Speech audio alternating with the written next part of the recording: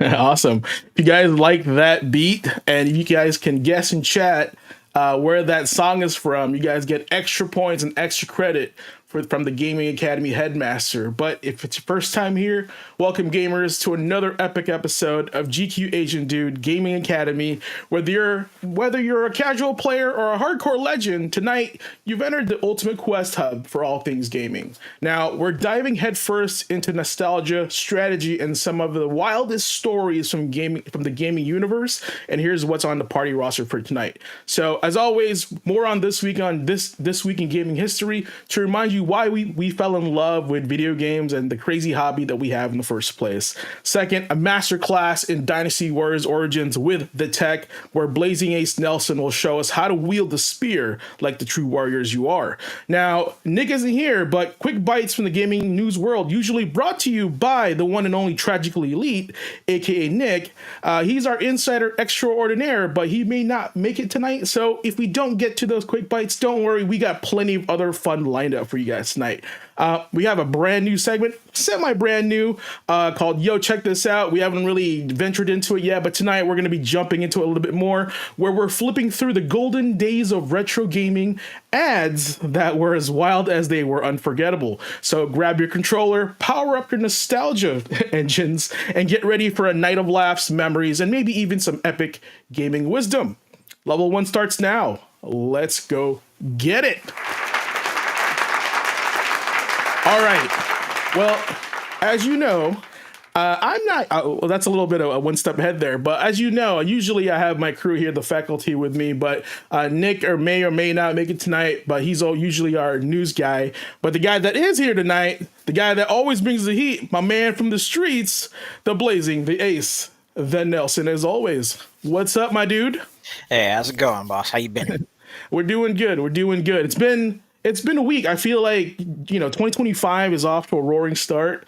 There's a lot of games already kind of, piling up in the backlog. Oh, yeah. And there's only so many hours in a day that we can kind of like catch up and play without being irresponsible. So that's what the weekends are for. Absolutely. And I try to sneak in a bunch of stuff, as you know, like I've told, the faculty and also the students that I'm working on an A to Z gaming challenge this year. Right. And hopefully I've already knocked out 3 titles, but some of those titles on that list, pretty hefty. Like I'm actually I'm going to play Mass Effect Trilogy. So that's going to be a lot of game right there. So yeah, I'm trying to remember. Did you say, are you actually going to go through like all 3 games, or? Yeah, so I plan on playing all 3. Like, play a substantive amount. Yeah, and I'm not gonna like 100% them. I'm probably just gonna bam go through them, right? And kind of like just go through the story as much as possible. And usually, what I'm gonna do is if I get stuck on something, like my guys are under leveled or something, I'll just go off stream and grind it, and then play the story on stream. So that's kind of how I do that. There's also some challenging games on that list. Like I think I have Neo on there. So I think I'm going to crush through all the mini titles, right? I just played recently, and you guys will find out tonight, Trek to Yomi. So, that was like a quick 5-6 hour gameplay, right? But like there will be some titles I'll probably be there for like a whole month, if anything. Yeah. But yeah, excited for tonight. Got a lot of good stuff going on. If you guys are, in chat, if you guys are watching on YouTube or Twitch, just know you can find us on youtube.com/GQAzndood or youtube.com/Blazing Ace Nelson, or is it just Ace Nelson? Can't remember. It's Blazing Ace Nelson. Blazing Ace Nelson. So we're both streaming on both of those channels. If you're on Twitch, same thing. Twitch.tv/GQAzndood and twitch.tv/Blazing Ace Nelson. So you can find us. There's no excuse not to find us, pretty much. Yeah, either in both channels. Did you know I actually hung out with Andrew last weekend, aka That Asian Kid. So if you guys have been following my channel, you guys know who that is. He was 50% of Too Asian for You back in the day, right? You guys remember that? And how he was like, man, I was trying to find your podcast last week. I couldn't find it. And I was like, maybe I'm just doing a bad job, like marketing this thing. So he kind of motivated me to do more of it, right? So hopefully one of my, I guess, like go-tos is increase exposure this month and next month. So that's the goal there for tonight. But yeah, so before we get into this week in gaming history, like I said, chat, if you guys are there watching, let us know some of the craziest gaming retro ads you remember looking through magazines. I found a bunch. All right, but I'd like your input. I'd like to kind of see which ones you remember that you were like, holy crap, this is an ad. This is one of the coolest ads I've ever seen, like Mortal Monday, right? Like those, like, or like there was like a cool, like, there's a lot of cool Super Nintendo ads back in the day too. So if you know, put it in the chat. I'll go find it and I'll put it on the screen for you. So let's start that now. Now, I'm gonna jump onto the next screen here. We're gonna be starting this off. So in this little segment called Yo, check this out. Yeah, that's right. So I don't know if you guys know this, but that track is actually from Killer Instinct. So one of the greatest games that one of the greatest soundtracks. So let me see, we get the proper window over here. Now I don't know if this thing's kind of wild. We'll do this one. So yeah, this game was for what? Sega for Virtua Fighter, I think, right? And just look at this, like the first thing you see on this thing is domestic violence. Wow. Like, wow. Like, is this like an ad for a video game, or is this like an ad for like a PSA? A call for help? Yeah, exactly. Right. And it's got that angry red color font, right? And then there's the dad looking at his son. Like, I'm assuming the implication was the dad beat his son in fighting games, right? So domestic violence, but like stuff like this is just like, I feel like wouldn't fly anymore. You know, so without question. Was there anything from back in the day you were just like, what the heck? Like, I don't remember that. Or that was a really cool ad to kind of like look into. Well, I was trying to remember because I mean, like I know there were like a couple ads. I think there was one for, I want to say it was just advertising the Genesis where, you know, it was like this woman in lingerie mad at her boyfriend because he was over there, you know, playing video games, and I think the tagline was something like,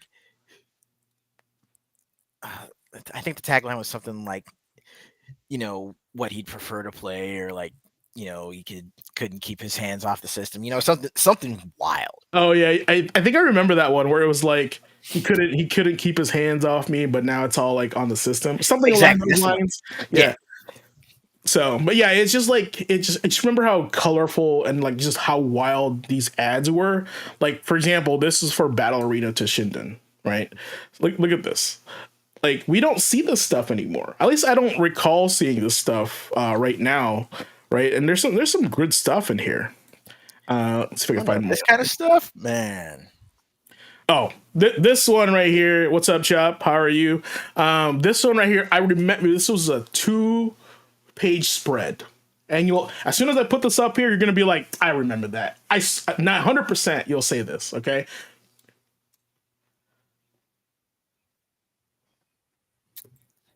Yes. Look, dude. I remember talking about this a while back, but like at one of the there was an amusement park out in San Bernardino, Pharaoh's Lost Kingdom, right? It was a water park, but in like the main pyramid before you hit the water park was where they had the arcade, and they had an activator set up for Street Fighter EX2. I'm already sweating just thinking about that. Oh, it was fun. Yeah, I do remember like back in like the early 2000s at GameWorks, they had a Tekken 3 cabinet with an activator. And that was kind of fun. But here's the thing, right? People thought if you emulated the moves that's the moves they would do on the screen. But the activator is just you're pressing buttons depending where the sensor is. So pretty much, right? It's still cool, like at the time, right? But but it is what it is. It's just a fancy controller. It didn't really like, you know, holo scan your body to emulate the moves at the time. So here's a little fun one, and I think this is a little stab at this game because of how easy it is. But I'll let you guys decide.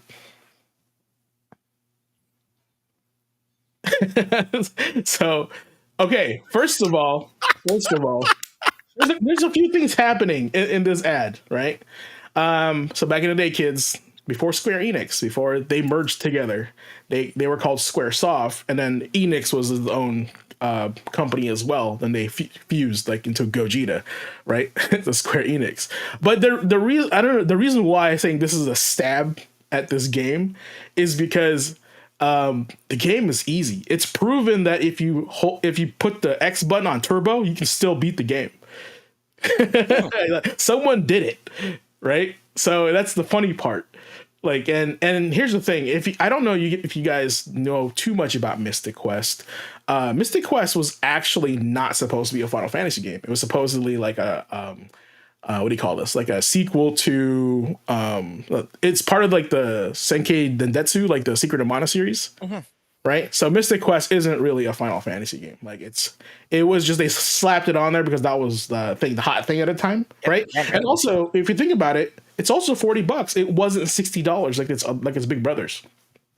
Like true, So that they knew that like, hey, we're just gonna plaster Final Fantasy because no one knew what Secret of Mana yet in America. Because remember back in the day, like Japan and in the West were like. Things were like localized differently. They got their games first. We got their second. I got the game second because you got to get it localized, right? Stuff was changed for the Americans because like maybe difficulty, right? Stuff like that. So there's a lot of stuff happening back in the day. All right, here's another one that I think you guys will appreciate, especially Chop. Says Chop's in the chat. Let's go. Heck yeah. That's what's up. And there's the cursed logo, LJN. Oh my gosh. You see that logo and you're like, what kind of garbage am I playing here? But that was like their shtick, Like you knew. You can't spell Kusoge without LJN. That's right. That's right. That's right. LJN is part of the Kusoge legacy. So here's this one's probably gonna be coming from our brothers and sisters in the UK because there's a big flag all over it. But this is their version of what do you call this? A Super Nintendo ad. I guess it's an ad. So remember back in the day too, you had to send in stuff. You had to send in like postcards and write letters to the company because you can't fill them out online. But yeah, look at that. And remember, video games back then were targeted for teenage boys. That's exactly what they were aiming for. That's exactly why that hence the ad, right? So just keep that in mind. Like it's like I know it's kind of weird, but it is what it is. Let's see here. I don't know. Was there any like other ads that you kind of remember? Like I remember the Activator was a big one. There was a series of like sports games that was very memorable from what I remember. Well, for me, it was. Well, I mean, there were a good number of magazine ads that were memorable, but it was also some of the TV ads that were like just advertising for video games and, pop culture advertising by and large in the, 80s and 90s it was something else. And a little tidbit of trivia for you. Mm-hmm. Advertising was actually where Reggie got his start before moving on to Nintendo. Bills, yeah. Advertising for Nintendo or just advertising in general? Oh God, I think he actually did some of the marketing and advertising for. Well, I know he did some of the ads for Nickelodeon, for Pizza Hut. Okay. And oh God, I think he did some of the ad work on VH1. Oh, I can see that. See, here's like my example of some of the wild Nintendo ads, right? I do remember seeing this in like a Game Pro. Like I remember in my brain, I'm like, because there's a lot of color play in this, right? Right. And so I just thought it was cool. Like, oh my gosh, you can get your Game Boy in different colors, right? Which is funny because you can get your Game Boy in different colors, but the screen's still black and white, or monochrome, whatever you want to call it. So that's kind of a fun part. I got the pea soup green. Yeah, that's right. But I mean, even with just that pea soup green screen, they were able to cram a lot of detail onto that system. I mean, it's true. It's I mean, because I think at the time the handhelds were the LJN Tiger Electronic games, right? The Tiger Electronic games that was the handhelds at the time. That's why Game Gear was so cool because it was like colored, right? But to have a Game Boy meant like, oh my god, you had your video game on the go. That's yeah, you must be rich, you know, like that to me that was my opinion. I was a one console house. Remember that, Chad? Right. So the fact that the Game Boy counted as a console to my parents, so if I had to get a Game Boy, I had to get rid of the Nintendo, and I was like, well, it's not worth it, right? It's not in color, it's small screen, right? So I made my bed. Exactly. Here's a little fun one. If you guys remember this game here. Yeah, Oh my god! Oh my god! That takes me back. Not only are we going back to nostalgic and retro, we're talking about, look at this artwork. Like, this was before digital art, by the way. Keep that in mind. We're talking the 90s here. Like, this guy is talented. You know what I'm saying? I don't even know who the artist is, right? And they're probably super popular now. Actually, I think I heard of a documentary where they found a lot of the box art artists and they like talked to them. Yeah, like before he passed away, I think they got a hold of what's his name, Mick McGinty. Which one's that one? He's the one that did all the box art for Street Fighter. Oh, okay, yeah, that one. I'd love to talk to the guy that did all the Konami ones. You know, like because those Konami boxes were like you can tell they were made by Konami or that person by Konami. They had their own personality. Like Super Castlevania, Contra, right? Life Force, Gradius. They were all like Contra, especially. I mean, just the fact that he managed to get Arnold and Stallone's likeness on the box. And then Metal Gear was what's the one? What's the guy's name in Alien? The guy that played Hicks. Right, Bill Paxton? No, the other guy, the main guy, the boring guy. He played the main character in Terminator 1. Oh, what's his name? Michael Biehn. Yeah, he was the inspiration for Solid Snake and the art. Did you not know that? What? Metal Gear Solid. All right, I'm gonna pull this up now since Metal Gear NES box art. And you're gonna be like, oh snap, it is him. Actually, there is a straight up rip off image about it right here. So look at that. Let's see if there's a bigger one. There you go, kids. Well, blow your mind right now. Yeah, that's the one on the right's from Terminator. So that they got his pretty much influence from 80s movies. A lot of the 80s art was influenced by movies, like you said, Contra, right? So let's pull that up right now. I don't want to get into too much into this one, but these are all interesting, right? And as we get older, we kind of gotta take these, we take it for granted, right? Especially considering, again, just the simple fact that video game box art, it was all hand painted. Yeah, that's what I'm saying. It's like that's super good. I like this one a lot. This is like that's where it's from. This is from Predator, and this is from Rambo, and of course the Red Falcon is Alien, right? And if you guys don't know the OG, let me pull it up for you. This is the OG. I love it.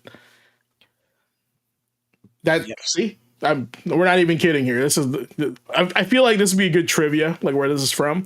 But like this is Contraforce, right? And this is what I was talking about. We need this guy that does this artwork. He's so good. It's got its own personality. Like that's so cool. Yeah. And yeah, hand painted. This is wild. Imagine having a painting of this in your house. That'd be super rad, right? Heck yeah, get that blown up and framed and just like have it hanging in the kitchen or something. That'd be a dope conversation. I think I found a similar ad to the Sega Genesis one, but it's for the Neo Geo. All right, and it's after 8 o'clock, so it's gonna get spicy. It's prime time. It's gonna get spicy. That's the one, actually. That's the one. That's the one. See, SNK. I can see why you thought it was a Genesis. Right. But yeah, these were ads back in the 80s, right? In early 90s that come from kids magazines like Right. GamePro and EGM. And Right. I still remember, now that I think back on it, I do remember like two other ads. Both of them, mid to late 90s Capcom fighting game ads. Mhm. One, Pocket Fighter. Pocket Fighter? Okay. Interesting. The only thing diminutive about these fighters is it was like their stature isn't the only thing that's diminutive about them. Or something along those lines. Yeah, there's Yeah, that, let's see. and also Schools Out of Control. I'm sure you know what that one's for. Yeah, rival schools, I'm assuming. Heck yeah. This one right here? Yes, that's the one. No wonder they're always looking for a fight. Yeah. Look at that All the Zangy. short jokes. Look at that beef. Look at that Zangy right there. Yeah, see, these are fun, and this one specifically was the era of like Capcom's Fighter Edge. Mm-hmm. Like they you pretty much got points for buying their games, right? And you could redeem those points for swag, right? Back in the day, so it's just super cool. Like taking the barcodes off of cereal boxes, proof of purchase. Send them in, get a cool T-shirt. That's right. That's right. Here you go, kids. Here's a good one for you. Oh my god. Yo, kids, wash my car or wash my truck. That's kind of crazy, right? It's like bringing me back. You know what I'm saying? Like I feel like I'm young, like not like super young. I would say like early teens, right? Like, and because like since we didn't have internet, like we weren't exposed to ads every second, right? We actually had to pick up a magazine, look up, like had a reason to like look through it, like, oh man, I'm looking for codes or something, right? And then these were just in the magazines, and they're just and to us, like the more creative they were, the more memorable they are. This is why we remember these ads, right? And this one I don't remember, but the game you will remember. But I don't remember seeing this ad specifically for you, Ace. I remember that ad actually. Right? I don't remember this ad. This has to be like late 80s, probably in comic books. I can see this in a comic book in some way or form. Right? Early 90s, considering when World Heroes hit the Super NES. Yeah. But and that I remember seeing that exact ad in issues of GamePro, and even in a couple issues of Tips and Tricks. Yep, there you go. Here's another one targeted to the teens for the Saturn. Isn't that crazy? Like how much we're just exposed to it all from a younger age, right? Right. Like, but it's actually pretty clever. Like the ad says, "There's a beautiful naked woman on this page, but you don't care because you like the video game so much." Right? That's the implication. So it's super cool. Like, I mean, that, like I said, wouldn't fly now, but back then, like they were a little bit more edgy. Right? And I didn't know this was a thing, but this is a Toys R Us ad for apparently the N64 version of the Power Glove. So yes, that's kind of nuts. So let's see if I can find some memorable, like super memorable ones here that really. Well, again, just this is the classic. Exactly. Yeah. Yep. These guys are still Dan Pacina and Rich DeVizio. They're still actively like they're owning their characters. Okay, They love it. It's, let's see, Dan Pacina, Rich DeVizio, John Parrish, who was Jax in MK2 and 3, and of course Carrie Ann Hoskins. Oh my God, I remember this. According to Andre, here we go. That's right, brother. I remember. That is like you see these ads, and that is like you just can't help but shout that. Just, oh my God, I remember this. And then we got HD over here saying, if the ads are memorable even to this day, then they are still doing their job. Lol. Bingo. Hence why it's timeless, and we're still talking about on a podcast in 2025 when this game came out. What, 1995 maybe, right? Yep. But probably before that, right? So actually, it was like 94, 95. So we're gonna continue our fighting game ads here.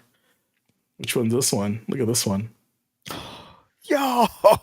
Also, shout out to SNK for this sick ass cabinet. look at that. Look, if I swear, if I actually wind up finding that cabinet, right, it's Pretty good. Sam It Show is. 4, Oh. Sam Show 2 is like considered one of the best. So pretty good, pretty good. Here, speaking of Dan Pesina, I found one of him from another game that he was in. Yes. Over there looking like Johnny Cage. Yeah. So the whole point was like he was saying that I think his contract with Midway was like they screwed him over or something like that, and so he went to Bloodstorm and started doing ads for him. Like Johnny Cage from Mortal Kombat is playing Bloodstorm, right? Like he even out of his own game, he's playing this game. Isn't that why? That's crazy. Just that's like actively taking shots. But I mean, again, Yeah. that's competition. Hey, it is, and That's competition breeding innovation, even in advertising and marketing. correct. Like I would love to see Ronald McDonald and the Burger King duke it out. You know what I'm saying? Like I want to see that ad, right? Okay, And- look, okay, a little bit of deep lore for you related to advertising, mind you. But my first summer up here, when I came to visit Thomas Duder, Mhm. I had a sketchbook with me, and we came up off of the it was the Samish exit. So I want to say exit 251, 252. Yeah, But pretty close. yeah, but we came up off of that exit and we were pulling into the McDonald's, and I drew a picture of Jack from Jack in the Box holding Ronald McDonald's head with the tagline saying, "Hey, try my new sandwich." Fatality. I remember seeing this ad right here, and I think I was like, like I was like, oh my god, this is like the next generation graphics. Like this was the coolest shit because before 3D polygon characters, we had pixel art, right? And I was like this would be equivalent to like a Marvel movie CGI right now, like the highest form of CG back in the day, right?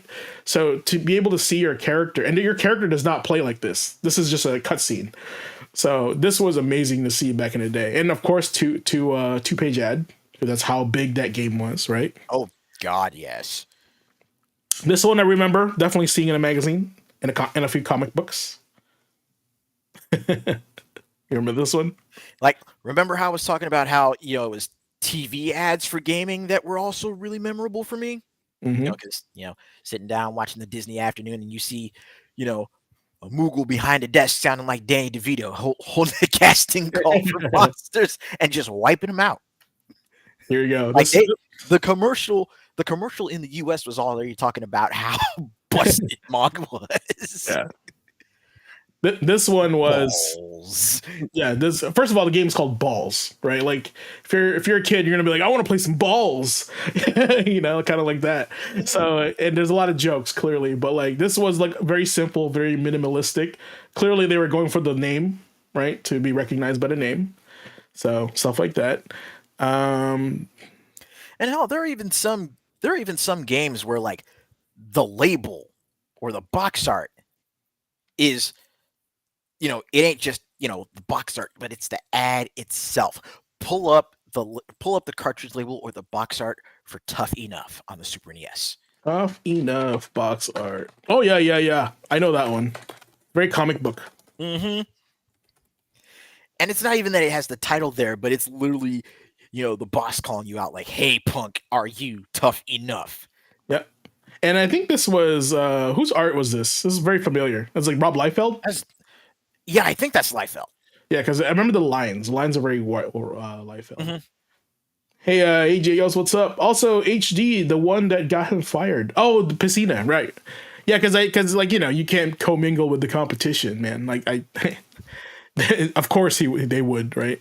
Here's the one. Speaking of comic books, I think is a super good one, which I think is getting a remake also. Oh, Comic Zone, I wish. Yeah, I think officially Sega's making a remake to this. Not a remake or a sequel, but they know that people know they know about Comic Zone. That's gonna be something to keep an eye on. Yeah, this is one of my favorite games back in the Nintendo. has one of the best soundtracks, I think, in any video game. Heck yeah, we got both Contra and Jackal right there. Okay, so I do remember like watching a documentary about Saturn and on how Sega's like marketing in the US had to be on point because they were competing against PlayStation. So they hired a guy that was like he marketed like for ESPN or something like that, like some kind of like major publication, and because they were desperate. Look at this Saturn ad. Like what? That's some wild shit. Yeah. All right, chat. Is anything else? We can be here all night. There's a lot of good stuff on here. Got Game Gear, got Sega, I got accessories, WrestleMania. It's all here, man. There's one specific tennis one that I was looking for. Let's see if I can find it. And this one was like the thing that. Yo, Jacobs, that's a damn good question.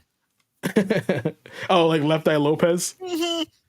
Here, I'll put this up and I'll look for that other one. Look at that. Oh my god. The funny part is we've passed that year. That's the funny part. All right, I found it. So there was this game. Hey, what's up, right? But there was this game on, I think the Nintendo or Super Nintendo called the Davis Cup Tennis. Does anybody in chat remember what the Davis Cup Tennis game was? Probably not. Very obscure game, right? I think I played it once. I rented it. I was like, this is okay. Super Tennis is way better.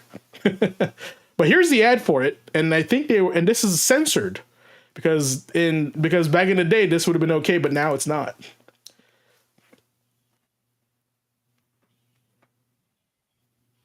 So I don't know if you guys remember this ad or not. Bruh. But no, this is the original ad did not have that box. I'm telling you, as a kid, you're like, Hey, excuse me, what? I want to play this game. Oh, Jay goes remembers it now. See, we're triggering everybody in chat. Guys, we can make this a thing on check this out every stream because there's a lot of ads to go through. So I think it'd be fun. I think everyone's having a good time right now. Oh, absolutely. And see, now I'm just gonna want to I remember there were like a couple of YouTube channels that I found that were just that just was nothing but old school advertising from back in the 90s, from back in the 80s and 90s. So I wouldn't be surprised if there was either a website or a YouTube channel that had all the cartoon and video game ads from back then too. Oh, there's a YouTube channel that has all the video game ads, and I thought about playing it as just B footage in the background, right? Mm-hmm. But yeah, I think the magazine ads are extra special, right? They are.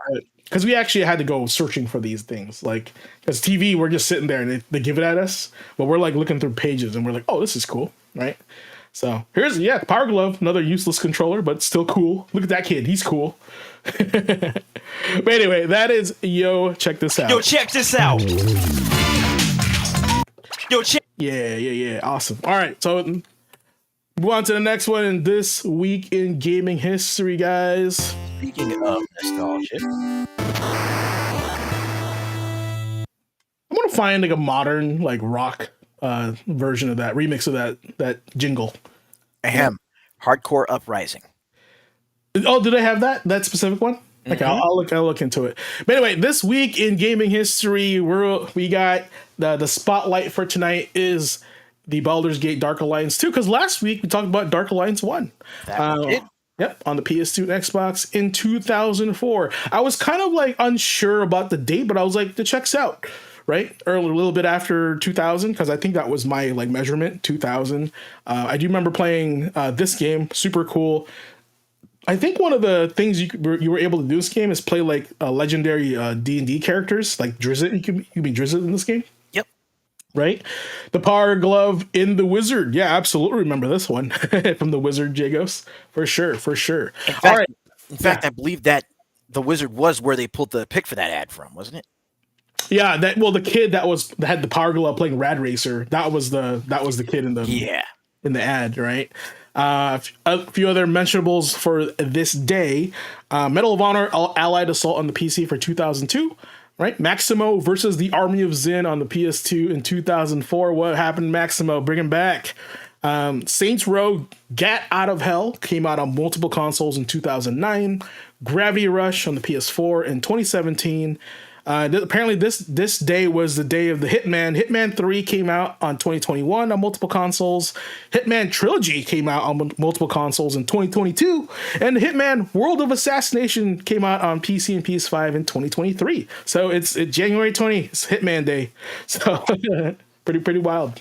I wouldn't be surprised if they actually made January 20th Agent 47's official birthday. Oh, yeah. April 7th would be a good one, right? 4/7. Yeah. So that'd be a good one. Yeah, we got a few comments here. Look at that. Like Andre says he misses Maximo. I miss him too, man. Maximo was the successor to our boy Super Ghouls and Ghosts guy, Arthur. Right? And then they kind of stopped.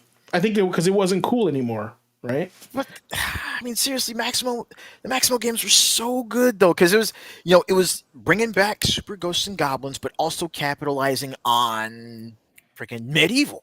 Yeah, they, like I said, competition breeds innovation.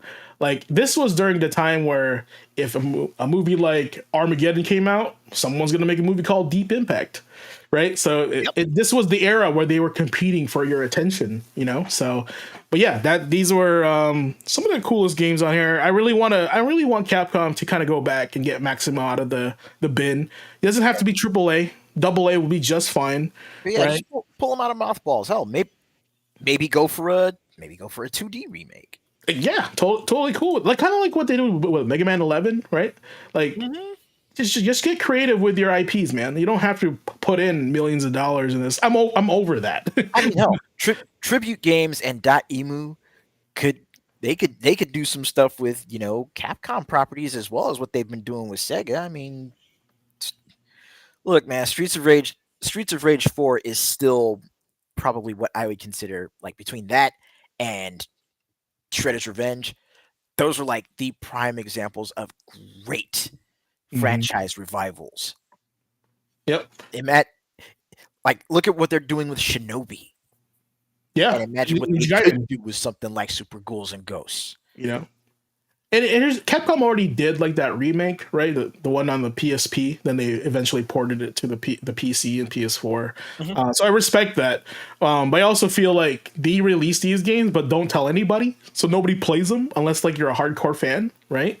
So they need to do a better job of like they had that like Capcom arcade platform that they had for a while, right? And you can download that and download all their arcade games in there for like cheaper price, right?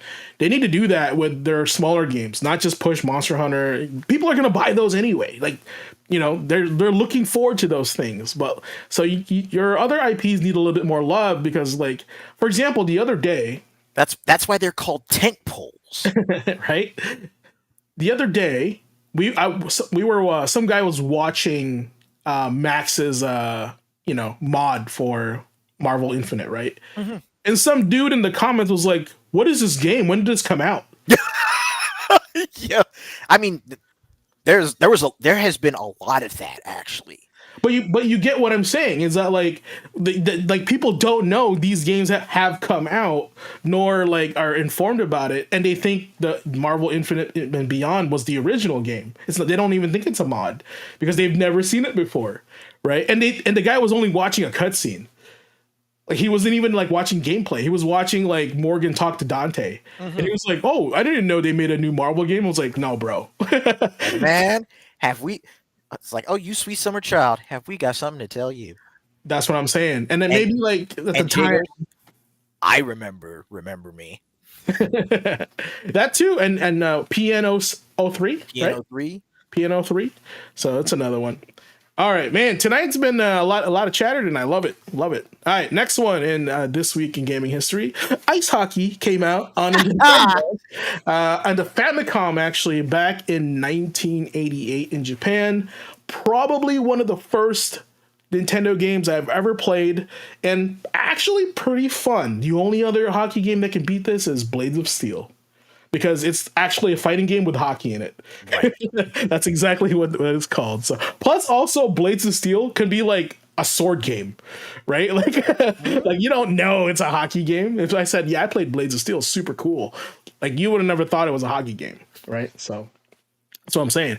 Other mentionables that came out this day. I don't know if you saw the thumbnail of our stream for tonight. Fire Emblem Monshu no Nazao, Mystery of the Emblem, came out on Super Nintendo in 1994 in Japan. That was one of the arts on that thumbnail.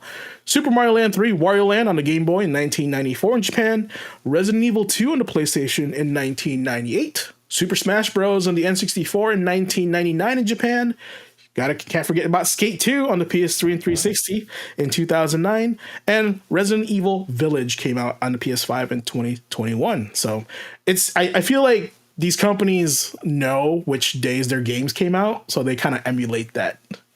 You know, like Hitman clearly was like, we'll release it January 20th. Right. But Resident Evil to come out Village and 2, that's not a coincidence. You know, they were like, we sold really well on this date, we should try it again. You know, I have a feeling. Maybe wrong.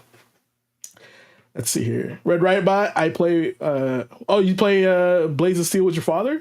That's awesome. Who wins though? And why do you pick Chicago all the time?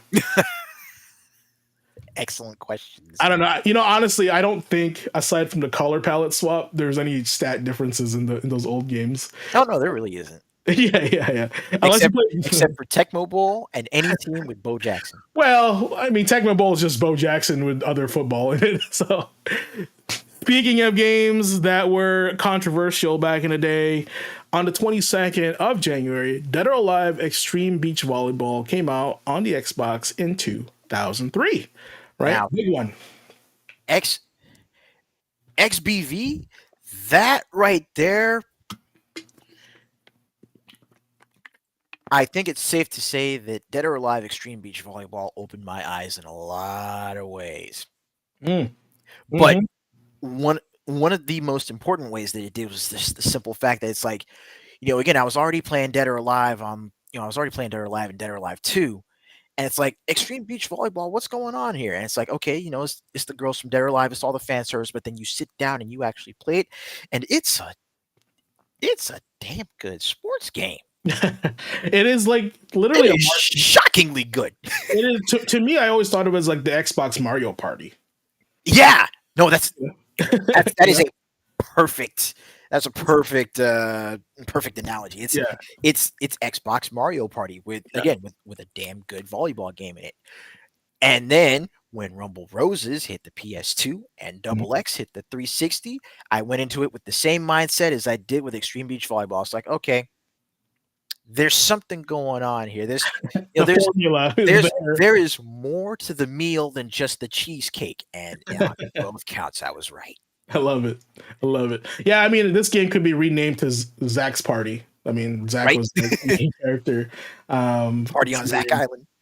Andre said the game like this wouldn't be made today. I think it would be made in Japan. It'd be made in Japan. Yeah, you'd have to import it over. Or maybe in Korea. 100%.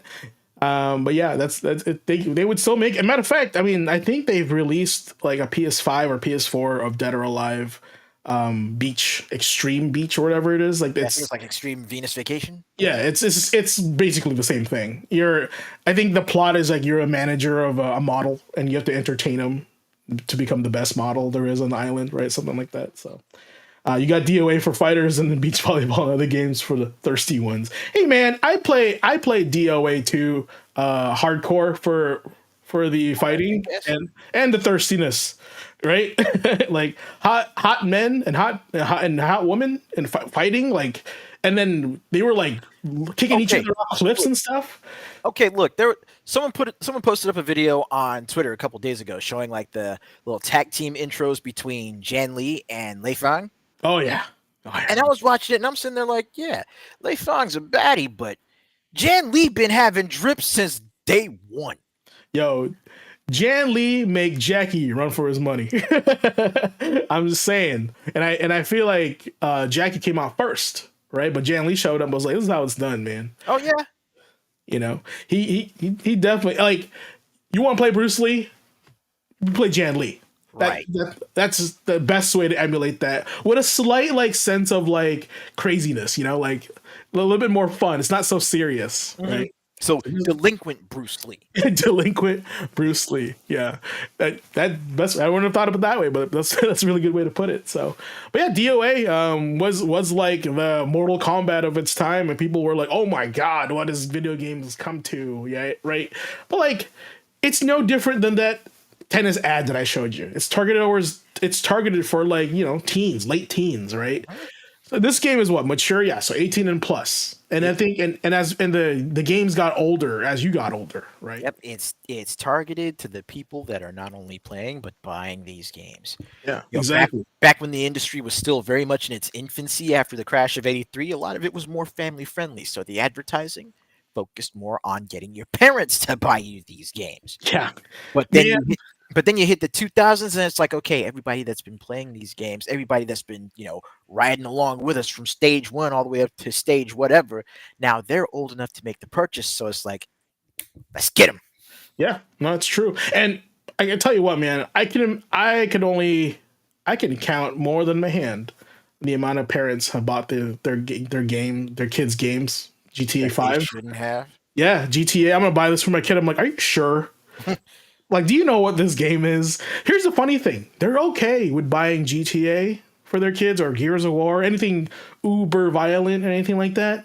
But you put this, they put this game on the counter and go, "We're not buying that, little Timmy." And I'm like, that's weird. It's just girls in a bikini. But then it's okay to decapitate and do crime. You know what I'm saying? I was always weirded out by that. But then again, that's like, I grew up with parents where I can watch Aliens, watch Predator, right? Watch every Arnold movie. But then if there's a new scene, you gotta wait till they're asleep before you can watch Silk Stockings on exactly. Which is like, it's like super stupid, but it is what it is, right? But yeah, a few other things that came out that day. Burnout Paradise came out on the PS3 and Xbox 360, I believe. Okay.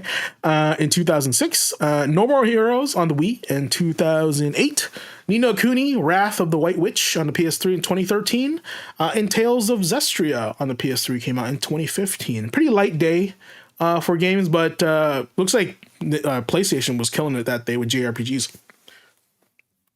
Also, Burnout Paradise arguably will be the last entry in the series. That's where the road ends for Burnout. Yeah. You know what, man? I think this would be a good rhetorical, but super quick. I think Burnout Revenge remade.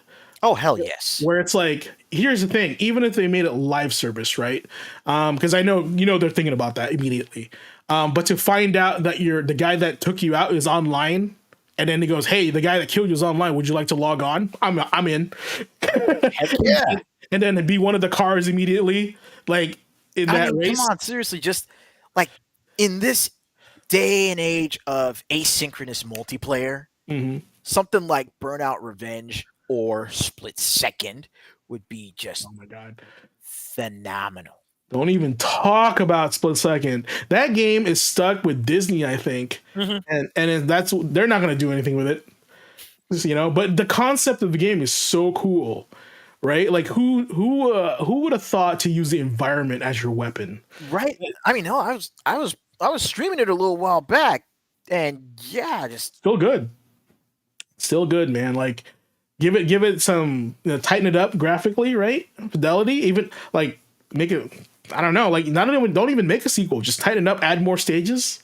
The stages are the real characters, in the game. So that's kind of wild. So hopefully they do something with that. So moving on. Wait a minute, just take into account the fact that Split Second is pretty much fashioned as like a reality TV show. Yeah, that was cool too. Like, imagine being able to actually do a live event like that with players from across the world. You know what? Here's the thing. Could be live service. Could be seasons. Exactly. Yeah, and they can be like this episode or this season in Split Second. Stuff like that. Yeah, dude. See, we got ideas. We got ideas, man. Speaking of ideas, I wanted to ask you about this one. So on the 23rd of January, Silent Line Armored Core came out on the PS2 in 2003 in Japan. I'm curious, Ace, since you're the resident mech pilot here, Mhm. why do they call it Silent Ace Armored Core, not Armored Core Silent Line? Uh, the reason they actually call it Silent Line, like it's been a while since I've actually played through it, but Silent Line that does have some story significance in that one, and Silent Line is the follow up to Armored Core 3. Okay. So this was the sequel to Armored Core 3, Yeah. but not. Did they ever do a 4? Let's see. Okay, so just real quick rundown of the Armored Core 4 was series. on the 360. That's right. Yeah, but just real quick, Armored Core, the first game, then it had, Project Phantasma and Master of Arena, which were the follow-ups to that. Armored Core 2 came with Armored Core 2 Another Age. 3 came with Silent Line, and then also let's see, it was Silent Line, Nexus, Ninebreaker, and Last Raven. Those were the PS3 titles. And then Armored Core 4 and 5 were in the PS360 era. And with 4 you also had 4 Answer, and with 5 you had Verdict Day. And is a like there's so many add-ons to the three series, right? Do you think it could have all been DLC if this was made this day? Oh, without a question. Like you wouldn't. Did they also play upon that you owned Armored 3 as in the memory card at all? I believe Silent Line. Yeah, with Silent Line, it followed up if you had the AC3 data. Okay, and that's cool because we talked about how Dynasty Warriors did the Extreme Legends, and if you had the save file for the other one, it would acknowledge that you had it. So I think it'd be cool if they did that with these games also. So yeah, that's a good. I mean, that'd be a good video for you to make, like the whole legacy of Armored Core. So you're the Armored Core guy here. A few other titles that came out that day on the 23rd. A little title called Marvel vs. Capcom Clash of Superheroes in the arcade came out in 1998, but nobody knows about that. I don't know. A game that everybody cared about was Parappa the Rapper 2 on the PS2 in 2002. So that's great. Parappa Rapper 2 on the PS2 in 2002. I love it. Okay. Sengoku Basara 4 came out on the PS3 and then 2014 in Japan. And also another Capcom title, Resident Evil 7 Biohazard, came out for the PC in 2017. Yeah.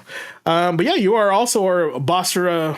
You're the one that actually introduced me to Basara because I didn't know anything about Basara. Even before Samurai Heroes had announced, you were already playing Basara games before that because they came out in Japan first. Yeah, and I mean, like before I even came up to Bellingham, I had already imported 1, 2, and Heroes, which was the expansion to 2 on the PS3, right? On the PS2. PS2, okay, yeah, because you wanted a what do you call it? A console that played imported games. Yep. And the 3 fixed that because you can play any game, which was great. I think that was one of the biggest things they ever did because why not sell more games, right? Why not remove the competition, right? Oh, I could be playing this way, but if you play the Japanese version, you're still playing on PS3. Yeah, that's smart that they do that. Consumer friendly. All right. 24. This oddball game, Fire and Ice, came out on the Nintendo in 1992 in Japan. Chat, does anybody know what kind of game this is? And I can tell you why I chose it. And I think the first print did have that terrible green logo warning on it, but the second print did not. Does anybody remember Fire and Ice on the Nintendo? This came out on the latter portion of the Nintendo's lifespan, and it was kind of like their, guess it's Tetris, but from Tecmo, right? Arguably one of the rarer games on the Nintendo, and this is why I put this up here. Last time we were talking about how much were these games, and I wanted to see how much this one was going to be in a box, because the one that's popular in Nintendo was Samson. It was like the last Nintendo game ever made, right? And that box was like $3,000 or something like that.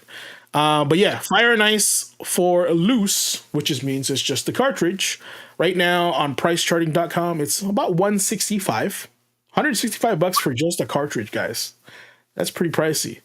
If you have the manual and the box, comes to 328. So doubles in price. And any takers on how much this is for a new sealed copy? It's probably gonna double that. Probably hit like 600-700. What? For a new Fire and Ice game, sealed with its plastic, original, never been opened. One sale happened last year for $1,300. So you could probably buy a house with your whole collection of Nintendo games if you have never opened it. Which is wild if you think about that. Here's the funny part. Chat story time, real quick. when I was a little boy, right? My dad would always say to me, "You know what you should do? You should buy 2 copies of that game." And I was like, "Dad, that's stupid. I only need one." And I was like, "Why?" He goes, "Well, you play one and you put the other one away." And I was like, "Then what? I don't know. I'm just gonna collect dust." Because you're a kid, you don't know the idea of monetary value, right? He was onto something, and so if I had 10 sealed copies of Fire and Ice, chat, that's over $10,000 of value. That's crazy. 10 games cost $10,000. That's insane if you think about that in perspective, right? That's nuts. Anyway, the other games that came out that day was Mario Party 2 on the N64. Came out in 2000. A little title on the PS3 called Pixel Junk Monsters in 2008. On the Vita, Demon Gaze came out on the 2013 in Japan. The Guided Fate Paradox on the PS3 came out in 2013 in Japan. And Kingdom Hearts HD 2.8 Final Chapter Prologue EX Fighter Alpha Omega on the PS4 in 2017. So it was JRPG the day for PlayStation and the Vita, along with Mario Party, and Pixel Junk also came out. I don't know. Does anybody know what Pixel Junk is? Pixel Junk Monsters specifically on the PS3? I actually own this game. Well, I forget what the original Pixel Junk games were, but I know that usually with like Monsters titles, it's specifically, specifically taking that property and making it into a monster breeder game like Pokemon or Monster Rancher or something like that. Nope. Pixel Junk is the developer, right? And Monsters was a tower defense game. Really? Yeah. It was just the tower. So the monsters will walk on this path. Then you make the towers to attack the monsters. That's okay. All it was, yeah. And it was one of the first PS3 downloads I've ever had. They made another one that was like they would sing. Like every monster had a different tone, and you create a song off the type of monster you'd get. So cool. So that's a little bit more of what you're talking about. They had Pixel Junk Shooter, which played just like Defender and Asteroids, right? Okay. So there's a lot of Pixel Junk games, which I thought was very clever and fun during that time, and I don't know what happened to them. Kind of like very very similar to what's that? The guys that made Castle Crashers, is it Behemoth? I can't remember. I think it's Behemoth Studios. Like they just kind of disappeared. They did Battle Block Theater, Castle Crashers. There was another one that they made that was really popular, and they just stopped making games. I don't know if they're even open anymore. Alien Hominid was a good one, the Contra one, right? So lots of titles there. Newgrounds, guys. That's right. Oh, here we go. On the 25th, Ghost Pilots came out on the arcade in 1991 in Japan. I would say it's a shmup, right? I don't know if you guys have ever played Ghost Pilots. I chose this one because it's like, well, we don't give enough love to shmups here, so we need to give them some love. Mm-hmm. It was their version of 1942. Capcom had 1942. Neo Geo had Ghost Pilots. Yep. So, and it was it's super fun. I think if you have Amazon Prime, you can actually download this for free on their gaming platform. So check it out, but you can easily get it as a ROM. You know, it's super fun. And in that era of shmups, Ghost Pilots like stood up test of time against the Capcom ones.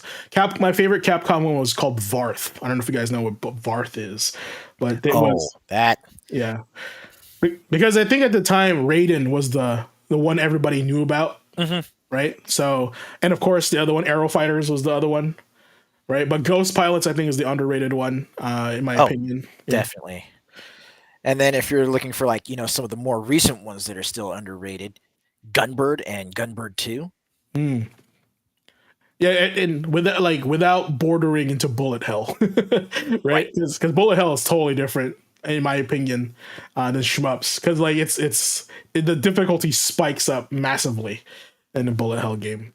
A couple other games here. Speaking of hell, Onimusha Warlords came out on the PS2 in 2001 in Japan. I know Andre's playing that right now, so keep cracking at it. The game that everybody loves to hate, Devil May Cry 2 on the PS2 in 2003.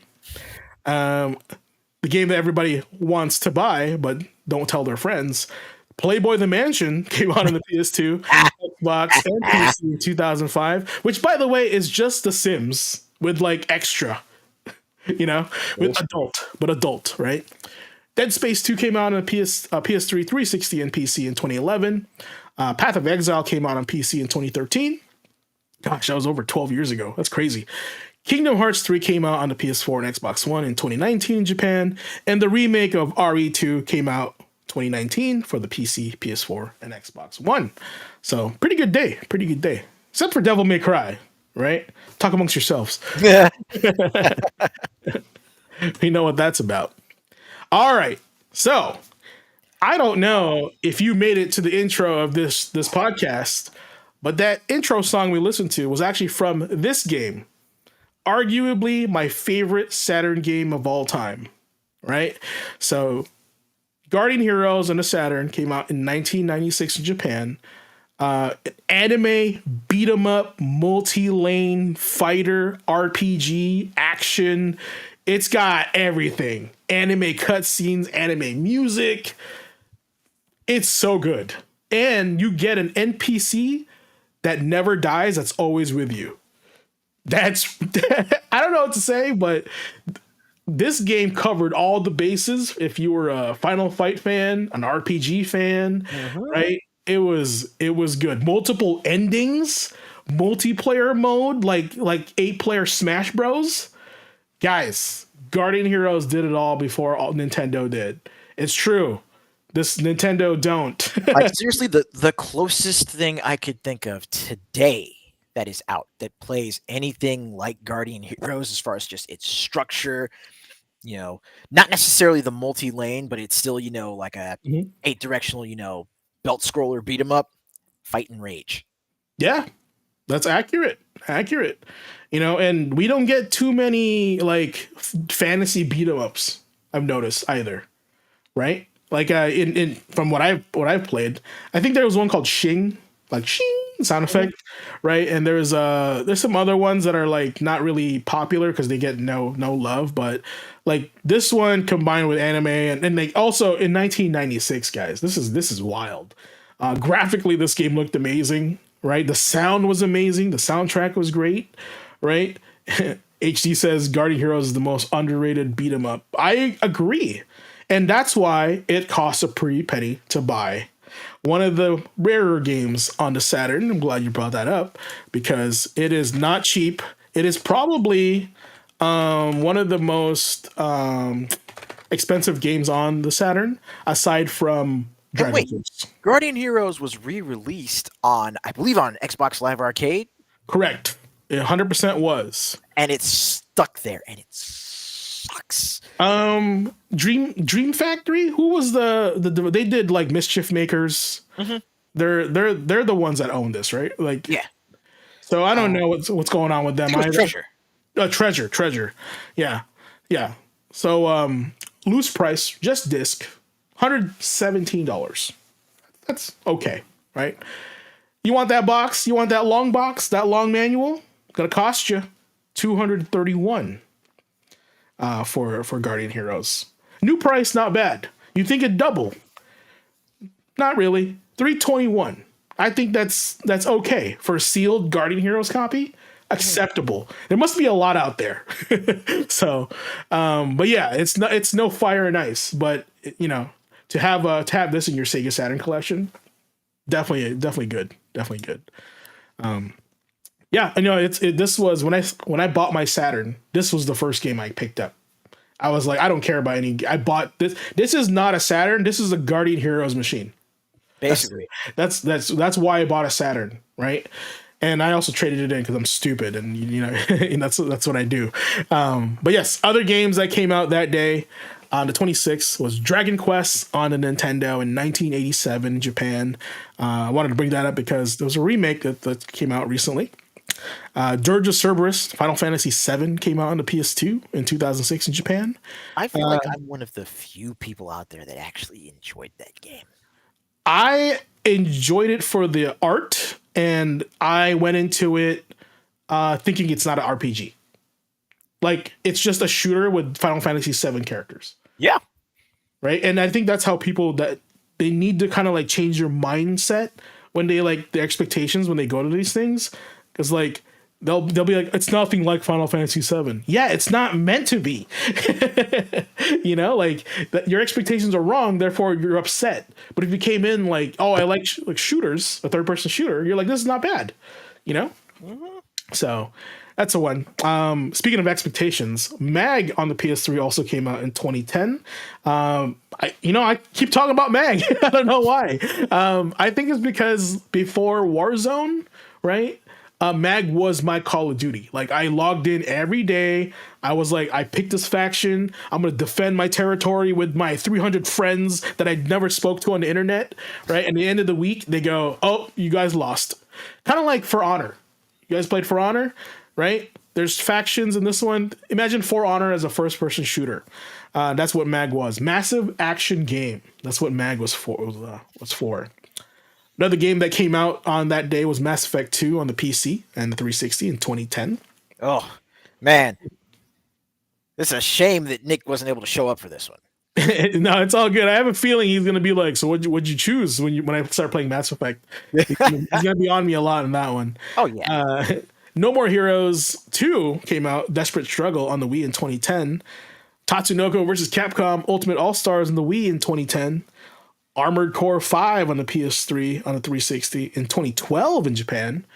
Resident Evil Revelations on the 3DS in 2012 in Japan. Final Fantasy Explorers on 3DS on 2016. The legendary Dragon Ball FighterZ Z came out on a PC, PS4, and Xbox in 2018. Gosh, that game was so good. And Monster Hunter World came out the same year and the same day as long as Dragon Ball Z. You know, that was the day where, the why not both meme was popular. Right. You know, so that's why. And like a dragon. Why not both? But for those of us that only had enough disposable income to get one of those games that day, oh, that was a tough choice. Yeah, definitely. But here's the thing. It's better late than never. Right? True. Next week, the game's already out and there's another payday coming up. Right? So there you go. That's why kids work hard. Right? And you can get all the games on this list.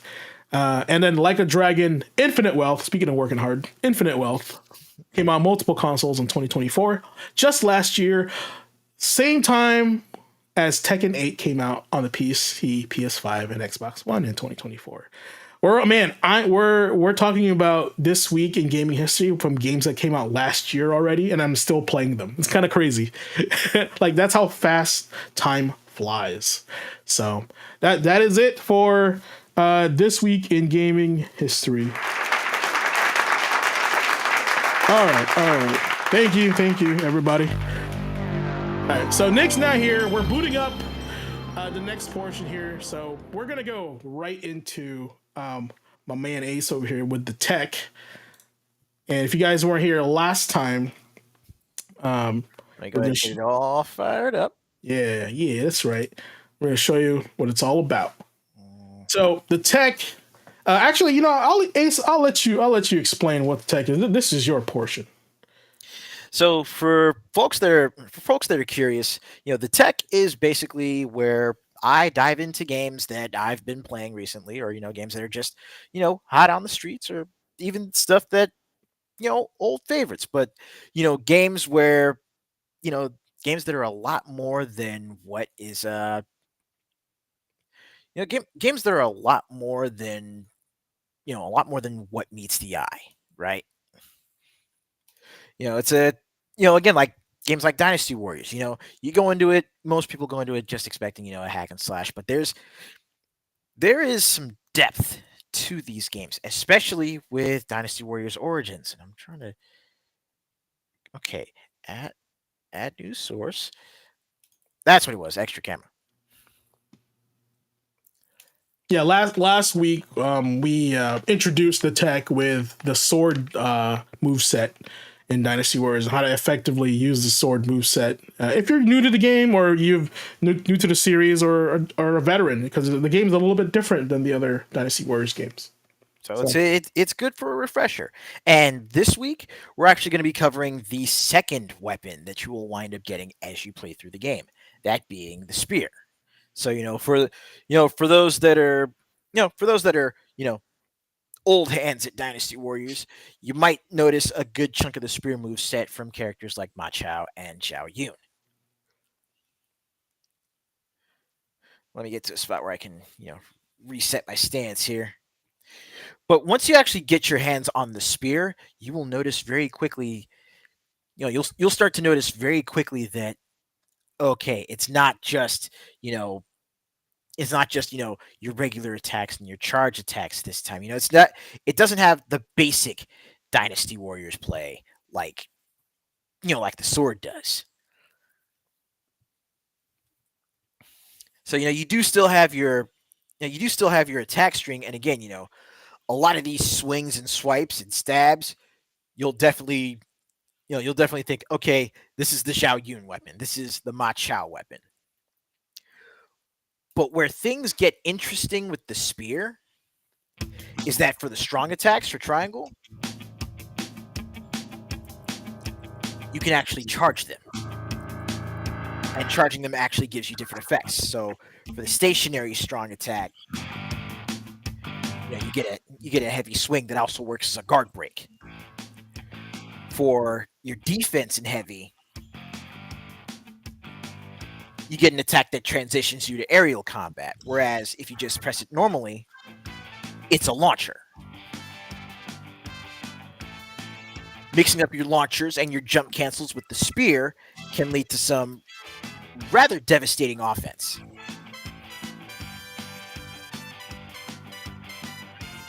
Now, as far as the special attacks that you start with, or the battle arts that you start with, your first one is going to be a little out of the ordinary for unless you are ready for it, because it's a counter stance. Now, while you can still parry if you guard at the last second, but if you know a major attack is coming, you could just hit R1 and square, and boom, you've got your counter stance, and it'll pretty much block any damage coming your way. And well, here we go. And you remember the little orange pips over your health bar in the lower left of the screen?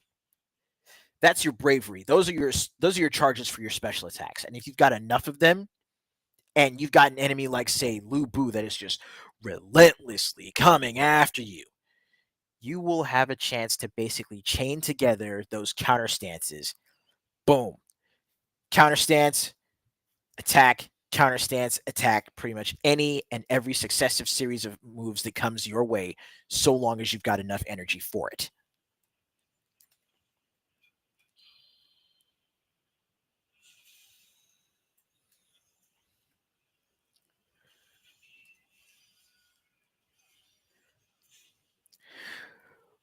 But again, back to being able to actually charge up your strong attacks. The strong attack combo goes into a rapid series of stabs. which can also be chained into from. Oh wait, no, it can be chained into from the defensive strong attack or the launcher. So you can go. So if you want good coverage, then you've got the launcher, the follow up, and then major damage.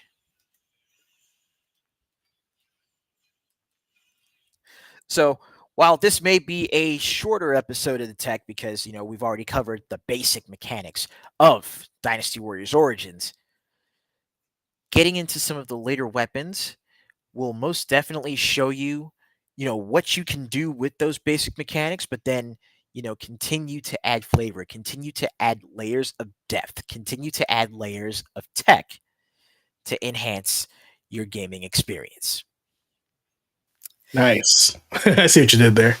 Yeah, that said, if you want to see if you want to see demonstrations of any more of the weapons, hey, let us know in the chat. We'll keep rolling with these. We might switch over to other games like previous Dynasty Warriors games, maybe Sengoku Basara, maybe the other big banger that released around the same time of the month as this one, that being Freedom Wars. And I know that both of us could go, like both me and GQ, we could go in depth when it comes to the tech for Freedom Wars. Well, I mean, pretty soon this is going to turn into tech for the wilds. So just keep that in mind, right? True. And we're all going to be sharing like what's the best tech for each weapon for each monster, right? So we're going to go in on that. So just we're just waiting for that right game to come out. There's always going to be a tech. Think of this as your think of this as the video equivalent of Tips and Tricks magazine. That's right. Tips, tricks, and tech. That's right. All right. Yep. Awesome, man. Awesome. And that's it. Okay, we're gonna the camera here. Sweet. Well, appreciate that, Ace. That was insightful as always. Absolutely. So the let's see here. Next segment is, of course, now playing on chat right now. I want you guys to kind of put in what you're playing right now. Share with us. I want to know what you guys are playing. So if you guys are new to the channel and or not watch my stream also, I made a personal goal this year to do an A to Z gaming challenge, and where I'll be playing a game from A to Z that I have not played yet, right? And I have a whole list of it that I actually will put into chat right now, just in case you guys have not seen it yet. And Andre is already laughing at the game. I jumped to T. I've cleared A, I've cleared B, and I've also cleared T for Trek to Yomi. And man, so I gotta ask you guys, have you played this game? No, I haven't had the chance to play Trek to Yomi. Okay, so from what you see on this screenshot right now, what kind of game do you think it is? It looks a lot like an action game, kind of like Sifu. Okay, yeah, I'd say that's right. It's accurate. It's definitely a 2D side scroller, almost like Prince of Persia: Two Crowns, right? Lost Crown, okay. But definitely not as detailed or in depth as Prince of Persia. The game is very, very basic when it comes to commands and gameplay. Up slash, down slash, neutral slash, and then you get some combos that you unlock as you play through the game. Where the game is actually rather dull, in my opinion. The gameplay is really lacking in most of the game, but the presentation of this like monochromatic samurai movie, Akira Kurosawa style, is definitely prevalent in the game. And not only that, I'd say the game's biggest strength is in its writing and narrative. It's just really weird. It's like I feel like they made a really good movie, but not a very good game. And why I say this is because I wanted to play the game just so I can get to the next part of the story, right? But getting that journey from getting to A to B for that next cutscene felt like it was a slog, right? And I also played this game, by the way, on the hardest difficulty at the time, and I still beat it within 4 hours. So that I can only imagine what it was like on super easy. But on the hardest mode, I beat it in 4 hours. Lots of trial and error on some boss fights, but nothing you can't beat after a little bit of pattern recognition, right? Let's focus on the strengths. I'd say the game narratively is fantastic. So if you guys haven't played this yet, or you guys need a refresher, it's you play as a samurai that through his lifetime, and it starts off as him as being a kid. Spoilers, and just warning you guys right now. Fights this samurai that's like a samurai bandit that's attacking his town. Right, master dies. He kills the bandit. Right, and then he makes a promise to his master's daughter, which they're his love interest, that he'll protect her forever. Years pass, bandits come to the town again, right? And then they say, "Hey, this town needs help." He goes out there, gets help, gets ambushed, comes back. The whole city's on fire. His love interest is dead, right? And the guy that he killed when he was younger is back, and he's the one that killed the love interest. So it's a game about like revenge and redemption and also purpose, because what I'm noticing as you play through the game, it's asking you to choose your path, whether it's love, duty, or revenge, right? So those are the big three choices. And as you play through the story, the more of each choice becomes more apparent with your character and the world that he inhabits. So, and I'll leave it up to you guys to decide which path you guys want to take if you want to give it a shot. The game is actually relatively free or inexpensive. It's a good play if you like this kind of game, but as far as like comparing it to the other games already out, I say that this could have been a YouTube video, because that's how disengaging the gameplay was. It was just so monotonous and so basic that you just want to watch a YouTube video, because there's no real gameplay involved, honestly. Like I said, attack high, attack low, block, parry, but nothing challenging. Nothing to say, oh man, I could do better than that. Right after you die after the first pattern recognition, you pretty much beat the boss. It's not hard. So and I'm pretty sure the difficulty slider is based on how much damage you take, not actually how smart the AI is. So that's really frustrating for somebody that's looking for a challenge. But yes, Trek to Yomi is what I'm playing right now. And I made a poll on X on which game to play next, and the people voted for Doom 2016. So that's what I'm playing next. And I have it right here next to me. I bought the Doom Slayers collection, which features all the Doom games except Eternal. And it's a really good collection, actually. It's like $30, I think, brand new. Has the original Doom, has Doom 1 to 4. I think. Bro, that's a solid collection. Yeah, and it has the latest Doom in it, minus Eternal. You got to get that separately, but Doom is definitely a mood. Yeah, it comes with this crazy it comes with a poster, a Doom poster, of course, like the imp, the skeleton. But the really cool thing, it comes with a PS4 skin, controller skin. Word? For Doom. Like, you never get stuff like this anymore in your video game. So that's wild. So just to see this stuff with it, pretty cool. And of course, the smaller Doom games are all a code on there as well. But value, $30, well worth it, especially for that skin. Like, where else can you get that Doom skin from? Right? So I'll be playing that probably starting this Thursday. Y'all can watch it on this channel here and watch me fail, because I'm probably not gonna play an expert, just saying, because I want to, or maybe like as I get the hang of it, I'll ramp it up. But I hear it's pretty challenging already, so definitely check it out. All right. So yeah, that's I mean, I got some more stuff here. Ace, was there something you wanted to cover, chat about, or anything like that? I know Nick's not here. Nick usually covers our stories and articles. So, and as far as the gaming world you want to share, or personally, as far as just what I've been playing this week, it's pretty much same as usual. First Descendant, Dynasty Warriors, Freedom Wars. Actually, with the new character that just recently came out for the First Descendant,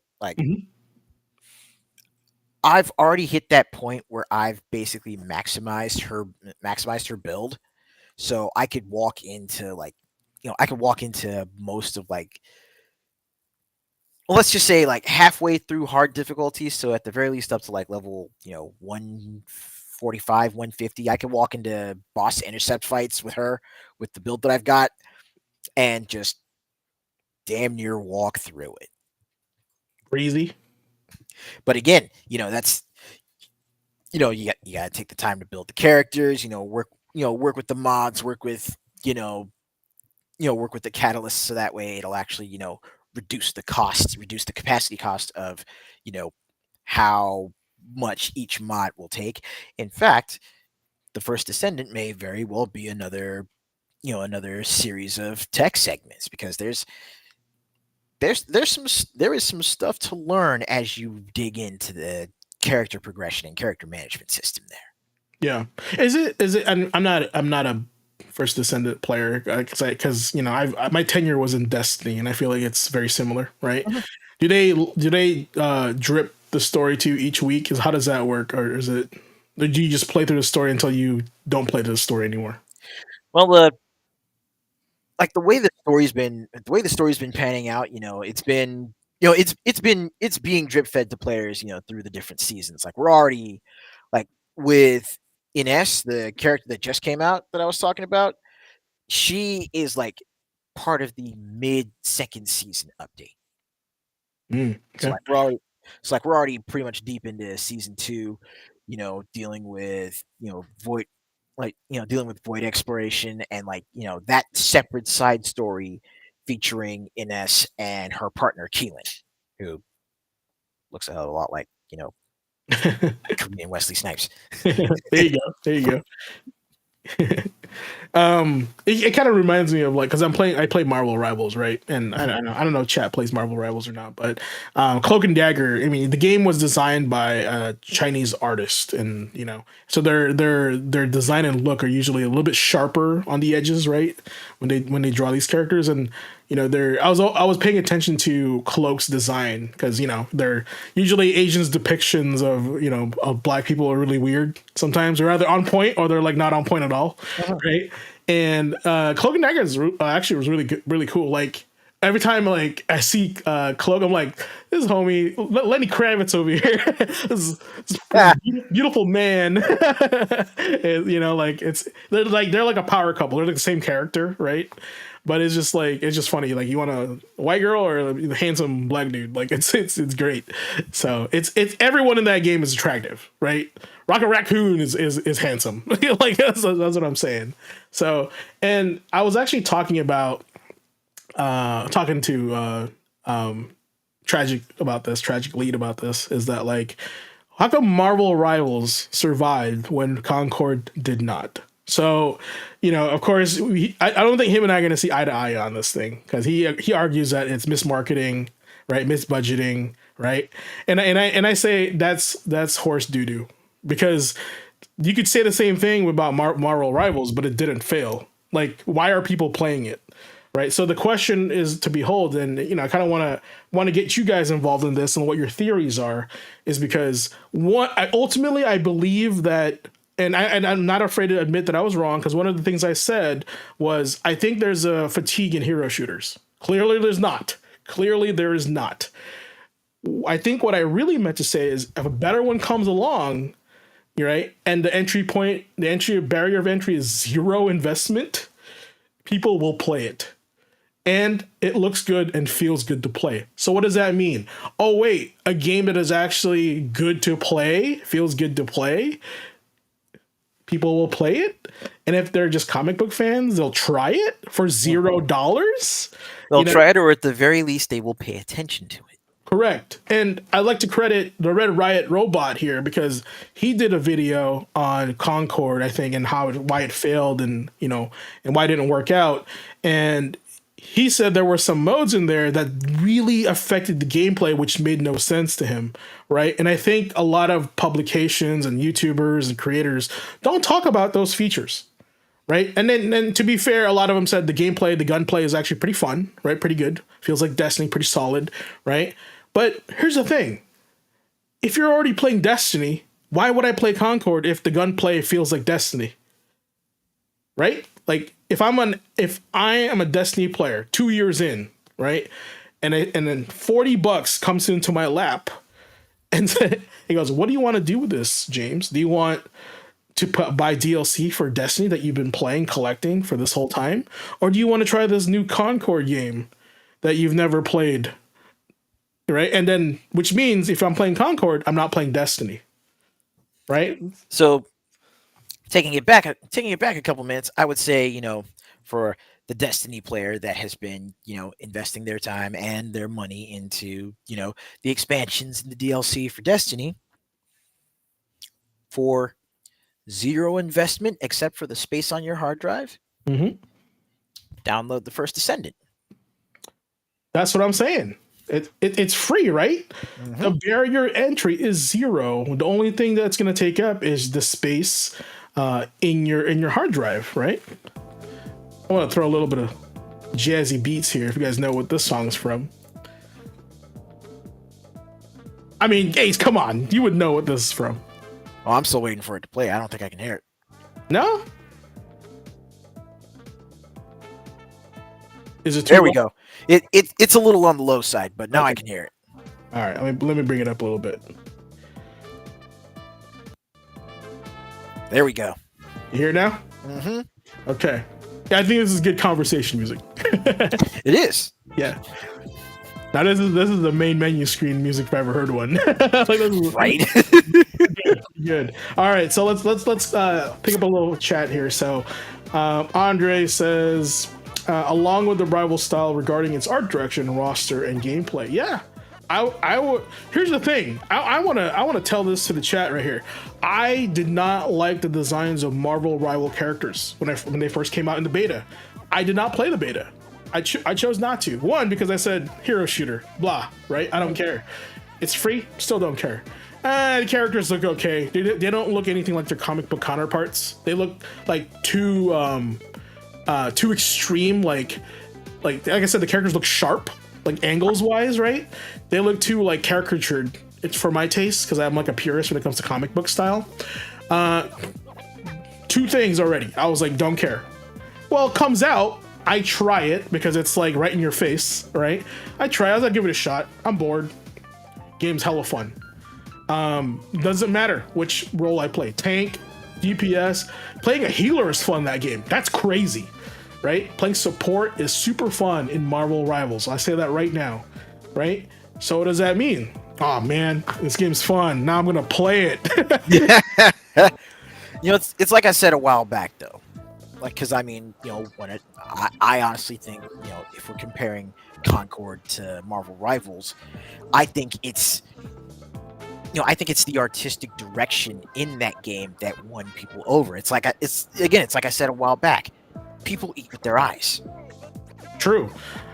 I'm gonna piggyback on that because a YouTuber did a video comparing, and I hate to do this, but they were looking at the art style of Marvel Rivals, right, and the character models. They were comparing it to the Avengers game, right? Well, I mean, okay. So first of all, there's realism, and then there's hyper, caricatured, right?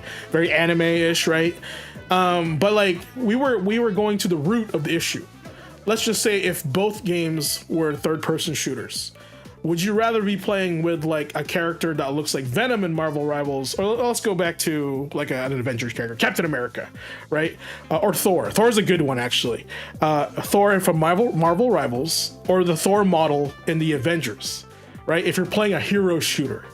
Right, so that's kind of like the thing, and I think that's the same argument with Concord because the art style of Concord was very similar to Avengers, right? Realistic-ish, right? And I think like the first impression of that wasn't so good because everybody was saying like, oh yeah, Marvel Rivals characters are so clean, like but it's not the same, right? But it's what's attractive. And again, the presentation just in the trailer for Concord, it had people thinking it was dime store Guardians of the Galaxy. Yeah, I want to add on that, Andre. You said one thing I appreciate about Marvel Rivals is they made obscure characters like Jeff and Luna Snow popular. Honest to God, didn't know those characters existed till I played the game. And I said these guys must be new in the comic book world because I don't follow comics, and I was okay with that. At first, I thought they were like characters they made Original characters for the game. Yeah, yeah. And I was like, okay, let me do some research. And you know, people make videos and stuff, and I'm like, oh, okay, I'm just out of touch. That, my friend, imagine me saying that I'm out of touch. Now, imagine if I was a CEO of a company that makes video games. I'd be like, imagine how out of touch that person is. Huh. You know what I'm saying? So they just don't know.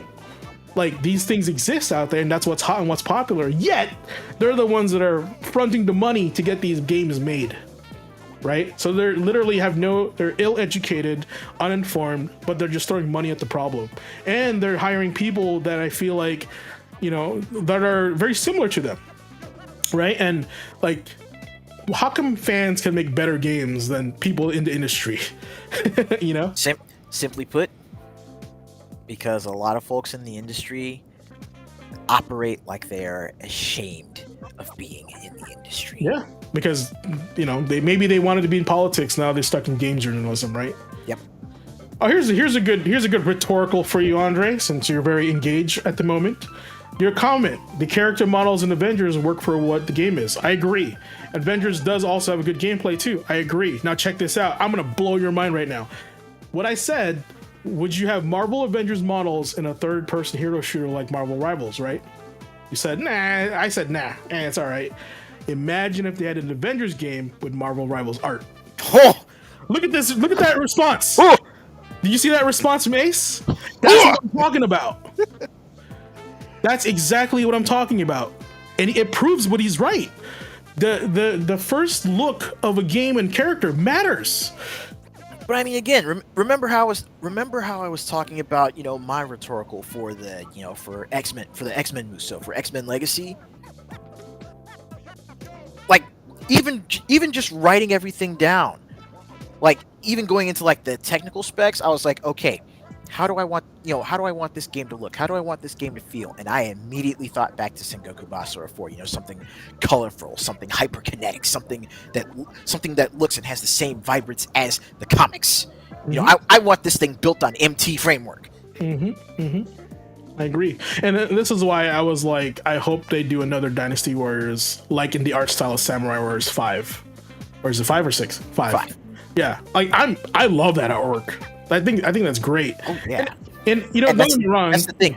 It fits for Samurai Warriors when you really think about it. You know, it's that same sort of Sumi Ie, you know, that paintbrush style, like SNK did in Samurai Shodown. Now, like I said, I think it would translate really well to Romance of the Three Kingdoms. You know what I'm saying? Like that art style is what I'm getting at. Right? They could do it. Right? If they did it for Samurai Warriors, they can do it for Romance of the Three Kingdoms. Like, I feel like that's what they could do that. Don't get me wrong, I'm also okay with the way Origins looks. Like I said, it's a reboot, right? And I'm okay with that. And I love the fact that people love this game that would have never looked at its direction years ago, right? So, and also here's the thing, man. One of the things that really I was like kind of brainstorming, IGN gave Origins a 9. To me, that's wild. A 9, right? They gave Space Marine a 7. You know, like, so it's for Dynasty Warriors to get a 9. That tells me like that's refreshing for them, right? So, but here's the thing: would IGN back in 2011 or 2012, the 2010s era, right? Would they have given Dynasty Warriors Origins the same grade? Because I feel like it'd be lower back then, right? Because that wasn't the hot fire that what everybody wanted in 2010. Like 2010 was like Call of Duty, like they were still like betting on those, or Last of Us, whatever, right? So, well, I mean, come on, Dynasty Warriors 8. I'm talking, you know, the pinnacle of the series since 5. 8's so good. I love 8. Yeah. And Dynasty Warriors 8 was barely breaking 6s and 7s in publication. Well, that's the thing, right? Like, here's the funny part is I really like 7 a lot. The storytelling in 7 was so good, right? And I was hoping 8 would follow that, but 8's still good. 8's like the perfect Dynasty Warriors for what we have right now. I haven't played Origins yet, but you know what I'm saying? Like, it was the complete one, right? Yeah. So that's why I like 8 a lot. It's the pinnacle of Dynasty Warriors. I'm just thinking that like maybe the industry kind of reset itself Like they went, oh, okay, well, they should know, or the people in that industry should be like, oh, it's a Dynasty Warriors game. We know what it's all about, right? Like there's gonna be a sense of, yeah, I've seen this formula before. I have a feeling that's why they called it Origins, not 10. Because if they called it 10, they'd be like, oh, it's just another one of these, and there's 10 of them, you know? Like stuff like that matters in like, you know, marketing and stuff. Mm-hmm. So I was kind of thinking, are the employees and these journalists so different from the ones in 2010 and 2000s that their take on Dynasty Warriors is like almost new, right? And not like they're right now, those people have never played a Dynasty Warriors game like us, and they're experiencing for the first time like what we did back when 3 and 2 came out, right? And that's why, because remember, back in 2 and 3 we're like, this is sick, we never played anything like this before. So I have a feeling that there's just a new wave of like journalists, new wave of creators that have never played Dynasty Warriors, right? They're going, Origins is so fun, and but they have no reference of like the past like 9 plus titles for it also. You know, because imagine like, so Origins would basically be their Dynasty Warriors 2 or Dynasty Warriors. Correct, 3. And that's why it's so high, right? Because I feel like if they call this one, call it 10, and if it was some veteran that's like, oh, I played all these Dynasty Warriors games since 2, I think it would have got a 7. Like that guy that's more fan of a Dynasty Warriors would have gotten a lower score than somebody that's like, I've never played one before. You know, because one, they could be burnt out. 2, it's like, you know, it's still different, but like, is it different enough to get a 9? 9's pretty high. That's all I gotta say. 9 is pretty high. Yeah, like, especially coming from IGN. Yeah, like they say when it's a 7, it's good, and when they say they give it a 10, it's a terrible game. You know, that's the joke that they have, right? So I think that's why I was like, oh, I'm curious. I wonder if like, I wish I can see like the roster of people, and this brings up to my next topic, guys. And I know I'm talking a lot here, but you know, I was talking to Tragic about this. I think the industry that we love and that we enjoyed back when, you know, 2000s, 2010, the peak of our gaming interest, before live service, before any of that, I think those people that made us happy when we played video games are no longer in the industry, and we have a new set of people, new set of talent that's taken over. You know, I'm hearing things from Ubisoft saying that they're like junior developers that are working senior dev jobs because those seniors have already left and done other things, right? And I think this is why we see a decline in quality and detail in video games, because the talent hasn't had enough experience to kind of like let itself cook. Whereas. Yeah. But I mean, if you look at something like, say, Fatal Fury: City of the Wolves, like a lot of what's going on with City of the Wolves, we've got a fresh set of development and artistic talent, but they are also reaching out to the old hands that worked on the previous Fatal Fury games 25, 30 years ago and saying, hey, you know, this is your formula, this is your recipe. Come help us get the flavor right. And they bring them back in, and these cats are more than happy to come back and go, oh, you know, they're more than happy to come back and say, hey, let's help. And I think part of it is because of the simple fact that, like you said, the talent just hasn't had time to breathe, because it's all about chasing that dollar, chasing that, you know, chasing that yearly iterative release. Yep. And like you said, they went out to the OGs and asked, hey, this is your baby and we're working on this. You know, how would you like us to honor what you've made without going too crazy? Right? Like those two working together formulate into something awesome and special, right? Eastern developer. Now, I feel like in the West, it's something of it's reverence, but also just, you know, simple respect and appreciation for what came before. Yeah. I just don't have that same trust and that belief in the Western developers, right? And what I mean by that, chat, is that I feel like these new wave of developers are coming in going, no, this is our time to shine. I don't give a shit what you guys made back then. And we get shit like Dragon Age Veilguard, right? So they took the thing that everybody loved, threw it out the window and said, no, we're going to make it this way, right? You know that story that you've been playing 4 games in? None of that anymore. We're making this story. Remember that character, those characters you invested your time in with that world, the choices that you mattered? Don't matter in this game, right? Hate to bring back the Dragon Age 8 and Veilguard. I bring it up because the lead writer just left. So in my opinion, that person went, all right, I'm out of here. This place sucks. After destroying the game. Taking the money and running. Yeah, exactly. And there wasn't even any money. You know what I'm saying? Like, the game failed. That's why I think the upper people went to the director and said, your game performed terribly. Right? Now we can either fire you or you can quit gracefully. Right? And of course they're gonna say, all right, I'm gonna move to other options, because they're not quitting the industry, they're trying to find another job. And Andre knows about this too. Like, Western game companies took a huge hit in quality in the last several years. Like WB gave us bangers like Mad Max, and all of a sudden we get Suicide Squad, right? So like, that's what I mean. It's like they're, one, out of touch. Two, like, what would compel them to make a Suicide Squad game that's nothing like the Batman games or Gotham Knights? That's either nothing like the Batman games, nothing like Gotham Knights, nothing like even the Suicide Squad movies, save the characters. Exactly. The characters they were based on. And live service. Come on, man. Like, does it have to be? No. Gotham Knights wasn't live service, but it still had multiplayer. You know what I'm saying? It almost was. Yeah. I mean, like with the armors, right? Like the but that's, to me, and the part that was worrying is the Suicide Squad game got pushed back so many times. So I feel like if I was a fly in the wall, I feel like Rocksteady said, no, we made games like this before, and WB was probably like, no, we're giving you this much, we need to make this money back, and so you need to put in some things that are popular, hot, like Fortnite, right? Because believe it or not, I also think that game was made when the Fortnite was like succeeding really well, and so they emulated over towards Fortnite, right?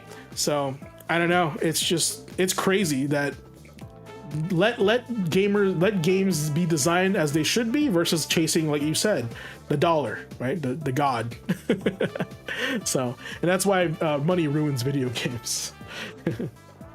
Anyway, that was a hot button topic I wanted to get off my chest.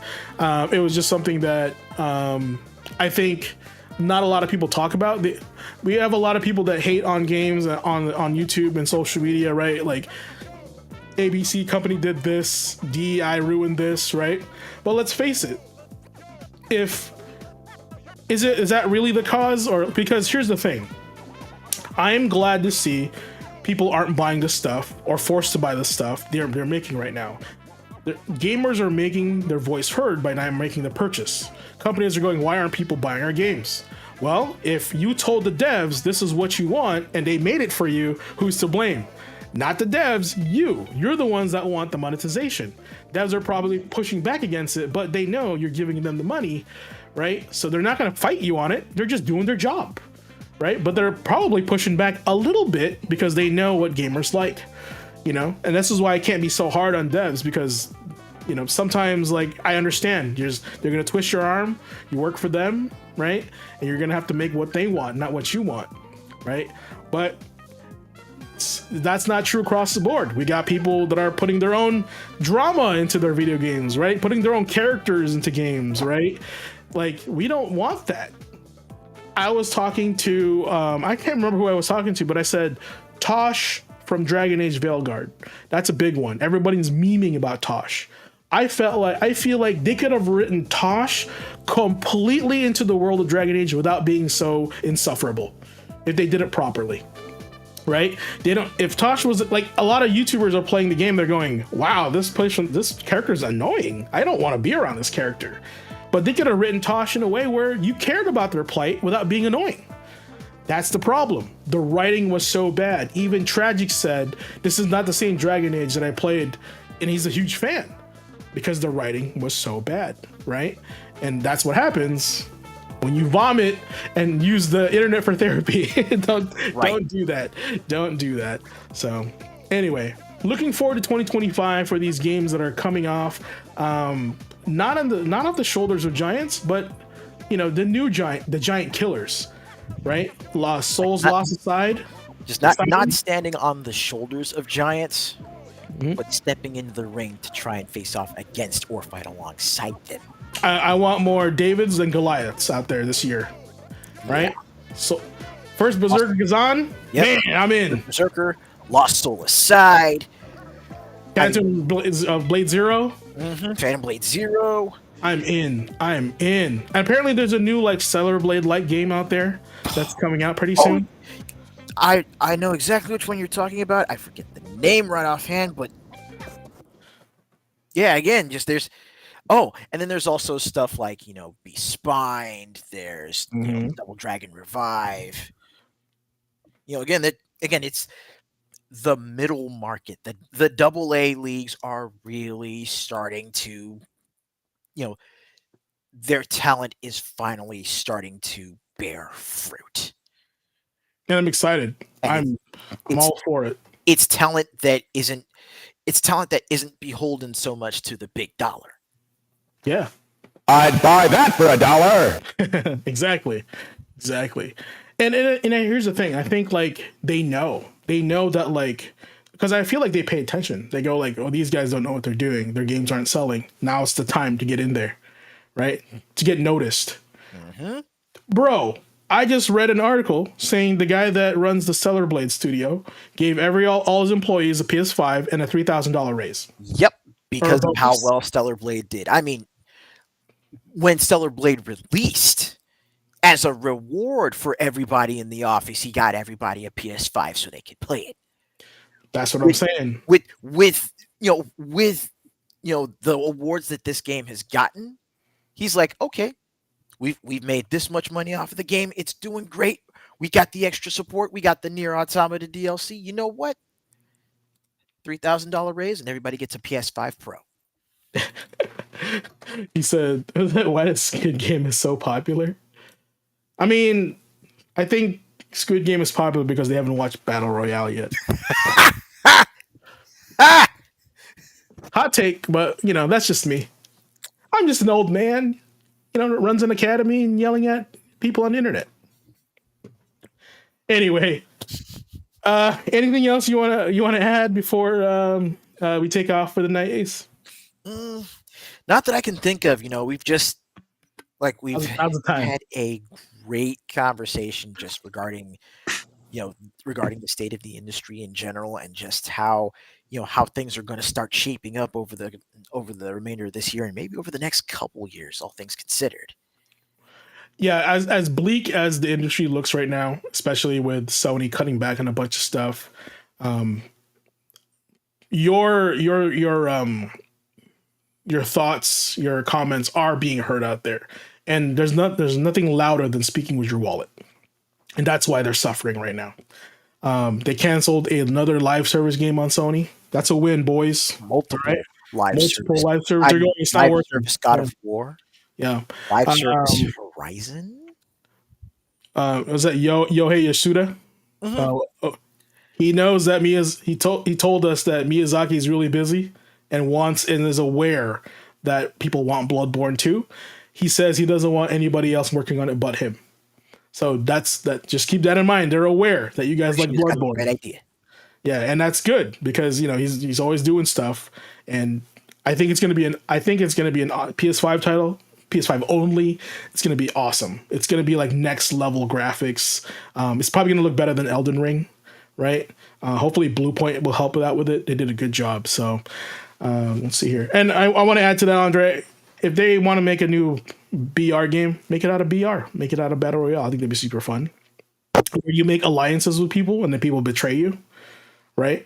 But you're on this island and you have a bomb strapped on your neck, and then you guys have to like fight out the other ones, and it's all just like melee or whatever. I think that'd be super fun if they actually made a Battle Royale game. So, okay. They canceled 3 live service games according to Red Riot Robot. Awesome. All right. Well, with that said, I'll put it towards our outro here as always. All right, chat. I got another one for you.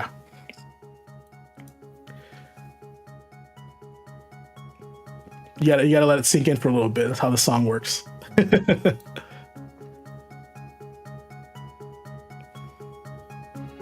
And just like that, We've reached another incredible journey here at the Academy. Tonight, we walked through gaming's greatest moments, learned the art of the spear, and unlocked a treasure trove of retro memories. Those ads are insane, and expect more to come. We missed having our gaming news insider, Nick, aka the Tragically Elite. Hopefully he's doing okay. But hey, we know he's got his own quest to conquer, and we'll catch his quick bites next time. Remember, the magic of gaming isn't just in the pixels or the mechanics, it's in the stories. The stories we create, the worlds we explore, and the connections we make along the way. Every save point is a reminder that no matter where you are in your journey, you can always pause, reflect, and get ready for the next adventure. To all you out there at the Academy and the internet and the web, know this: whether you're crushing high scores, grinding through challenges, or simply exploring for the love of the game, you're part of something bigger. A community of dreamers, doers, and gamers who understand that life, like our favorite games, is all about the persistence, the passion, and having fun. So as we log off tonight, take that energy with you, keep playing, keep dreaming, and most importantly, keep being you. We'll see you next time. Same channel, same epic vibes. And until then, stay awesome, stay safe, and keep leveling up. Have a good night. Class dismissed.